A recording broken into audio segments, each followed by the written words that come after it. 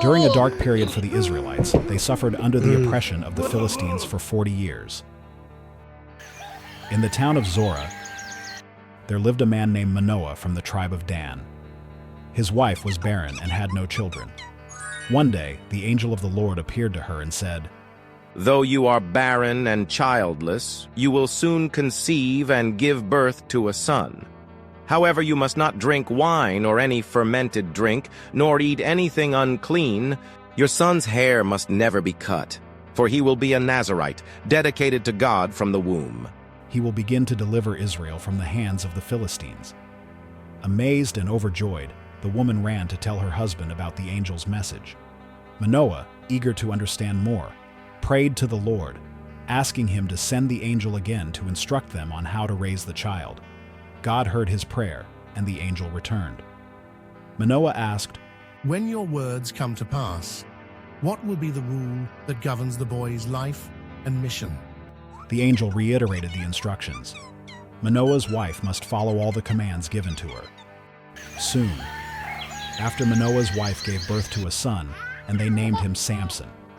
As Samson grew, the Lord blessed him, and the Spirit of the Lord began to stir him while he was in Mahanaim, between Zorah and Ashal.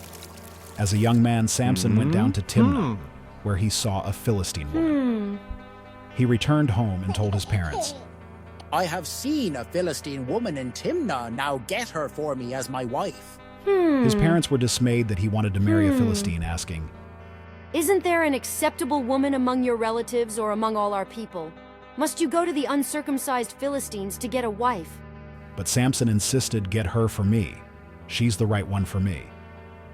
His parents did not know that this was from the Lord, who was seeking an occasion to confront the Philistines on his way to Timnah. Samson encountered a young lion. The forest was dense and the path narrow when suddenly a roar pierced the air. A young lion, fierce and wild, charged at Samson. The Spirit of the Lord came powerfully upon him, and with a surge of divine strength, Samson tore the lion apart with his bare hands. As one might tear a young goat, the carcass of the lion lay in pieces, a testament to Samson's incredible strength. But he told neither his father nor his mother what he had done later. When he returned to marry the woman, he turned aside to look at the lion's carcass. In it, he saw a swarm of bees and some honey. He scooped out the honey with his hands and ate it as he went along. When he rejoined his parents, he gave them some, and they too ate it. But he did not tell them that he had taken the honey from this carcass at the wedding feast in Timnah. Samson proposed a riddle to his 30 Philistine companions. "Let me tell you a riddle if you can give me the answer within the 7 days of the feast. I will give you 30 linen garments and 30 sets of clothes. If you can't tell me the answer, you must give me 30 linen garments and 30 sets of clothes." "Tell us your riddle," they said. "Let's hear it." He replied out of the eater, "Something to eat out of the strong, something sweet." For 3 days. They could not give the answer on the 4th day. They said to Samson's wife, "Coax your husband into explaining the riddle for us, or we will burn you and your father's household to death. Did you invite us here to steal our property?" Then Samson's wife threw herself on him, sobbing, "You hate me, you don't really love me. You've given my people a riddle, but you haven't told me the answer. I haven't even explained it to my father or mother." He replied, "So why should I explain it to you?" She cried the whole 7 days of the feast. So on the 7th day he finally told her. Because she continued to press him, she in turn explained the riddle to her people before sunset. On the 7th day, the men of the town said to him, "What is sweeter than honey? What is stronger than a lion?" Samson said to them, "If you had not plowed with my he, you would not have sold my riddle." Then the Spirit of the Lord came powerfully upon him. He went down to Ashelon, struck down 30 of their men, stripped them of everything and gave their clothes to those who had explained the riddle. Burning with anger, he returned to his father's home, and Samson's wife was given to one of his companions, who had attended him at the feast later on during the wheat harvest. Samson took a young goat and went to visit his wife. He said, "I'm going to my wife's room," but her father would not let him go in. "I was so sure you hated her." He said that I gave her to your companion. Isn't her younger sister more attractive? Take her instead. Samson said to them, "This time I have a right to get even with the Philistines. I will really harm them. So he went out and caught 300 foxes and tied them tail to tail in pairs. He then fastened a torch to every pair of tails, lit the torches, and let the foxes loose in the standing grain of the Philistines. Fields were ablaze, the smell of burning crops filled the air, and the cries of the Philistines echoed as their livelihood went up in flames. He burned up the shocks and standing grain, together with the vineyards and olive groves. When the Philistines asked who did this, they were told Samson the Timnite's son-in-law, because his wife was given to his companion. So the Philistine went up and burned her and her father's house down. Samson said to them, Since you've acted like this, I swear that I won't stop until I get my revenge on you. He attacked them viciously and slaughtered many of them. Then he went down and stayed in a cave in the rock of Adam. The Philistines went up and camped in Judah, spreading out near Lehi. The people of Judah asked, Why have you come to fight us? We have come to take Samson prisoner. They answered, to do to him as he did to us. Then 3,000 men from Judah went down to the cave in the rock of Tim and said to Samson, Don't you realize that the Philistines are rulers over us? What have you done to us? He answered. I merely did to them what they did to me. They said to him, We've come to tie you up and hand you over to the Philistines. Swear to me that you won't kill me yourselves. Agreed. They answered, We will only tie you up and hand you over to them. We will not kill you. So they bound him with 2 new ropes and led him up from the rock as he approached Lehi. The Philistines came toward him shouting. The Spirit of the Lord came powerfully upon him. The ropes on his arms became like charred flax, and the bindings dropped from his hands, finding a fresh jawbone of a donkey. He grabbed it and struck down 1,000 men. The ground was littered with the fallen Samson, standing tall, blooded but victorious, the jawbone clutched in his hand. Then Samson said, With Jawbone I have made donkeys of them. With a donkey's jawbone I have killed 1,000 men. Why? When he finished speaking, he threw away the jawbone, and the place was called Rath Lehi, because he was very thirsty. He cried out to the Lord, You have given your servant this great victory. Must I now die of thirst and fall into the hands of the uncircumcised? Then God opened up the hollow place in Lehi, and water came out of it. When Samson drank, his strength returned and he revived. So the spring was called Anak, and it is still there, Lehi. One day, Samson went to Gaza, where he saw a beautiful woman.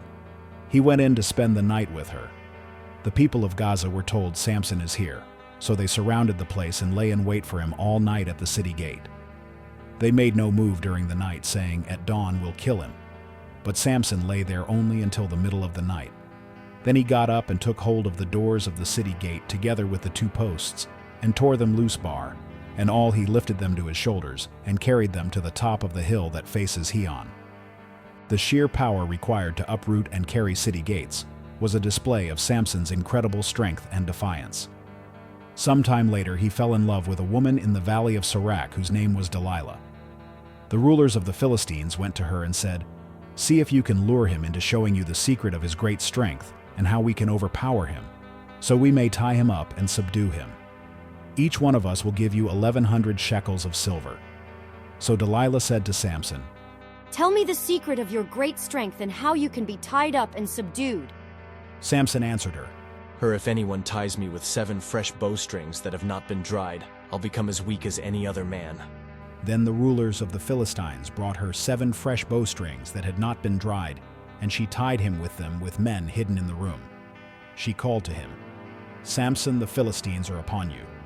But he snapped the bow rings as easily as a piece of string snaps when it comes close to a flame. Then Delilah said to Samson, You have made a fool of me, you lied to me. Come now, tell me how you can be tied. He replied, If you weave the 7 braids of my head into the fabric on the loom and tighten it with the pin, I'll become as weak as any other man. So while he was sleeping, Delilah took the 7 braids of his head, wove them into the fabric, and tightened it with the pin. Again she called to him, Samson, the Philistines are upon you. He awoke from his sleep and pulled up the pin in the loom with the fabric. Then she said to him, How can you say I love you when you won't confide in me? This is the 3rd time you have made a fool of me and haven't told me the secret of your great strength with such She probed him day after day until he was sick to death of it, so he told her everything. No razor has ever been used on my hair, he said, because I have been a Nazirite dedicated to God from my mother's womb. If my head were shaved, my strength would leave me and I would become as weak as any other man." When Delilah saw that he had told her everything, she sent word to the rulers of the Philistines, "Come back once more. He has told me everything." So the rulers of the Philistines returned with the silver in their hands, after putting him to sleep on her lap. She called for someone to shave off the 7 braids of his hair, and so began to subdue him, and his strength left him. Then she called Samson. "The Philistines are upon you." He awoke from his sleep and thought, "I'll go out as before and shake myself free." But he did not know that the Lord had left him. Then the Philistines seized him, gouged out his eyes, and took him down to Gaza. Binding him with bronze shackles, they set him to grinding grain in the prison. But the hair on his head began to grow again after it had been shaved. Now the rulers of the Philistines assembled to offer a great sacrifice to Din their god, and to celebrate, saying, "Our God has delivered Samson, our enemy, into our hands," when the people saw him. They praised their God, saying, "Our God has delivered our enemy into our hands, the one who laid waste our land and multiplied our slain." While they were in high spirits, they shouted, "Bring out Samson to entertain us." And he performed for them, when they stood him among the pillars. Samson said to the Vaunt, who held his hand, "Put me where I can feel the pillars that support the temple, so that I may lean against them." Now the temple was crowded with men and women.